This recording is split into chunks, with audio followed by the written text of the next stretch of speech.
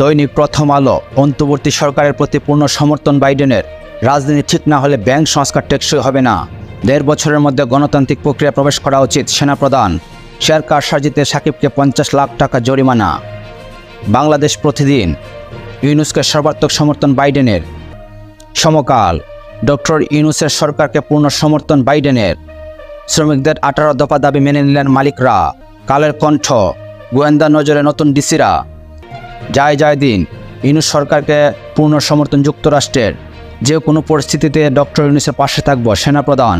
যুগান্তর। দ্বিপক্ষীয় বৈঠক। Doctor Yunus, Joe Biden, পাশে থাকবে যুক্তরাষ্ট্র। নয়া দিগন্ত। বাংলাদেশ যুক্তরাষ্ট্র নতুন সম্পর্কের সূচনা। নির্বাচন নিয়ে তাড়াহুড়া করছে না বিএনপি।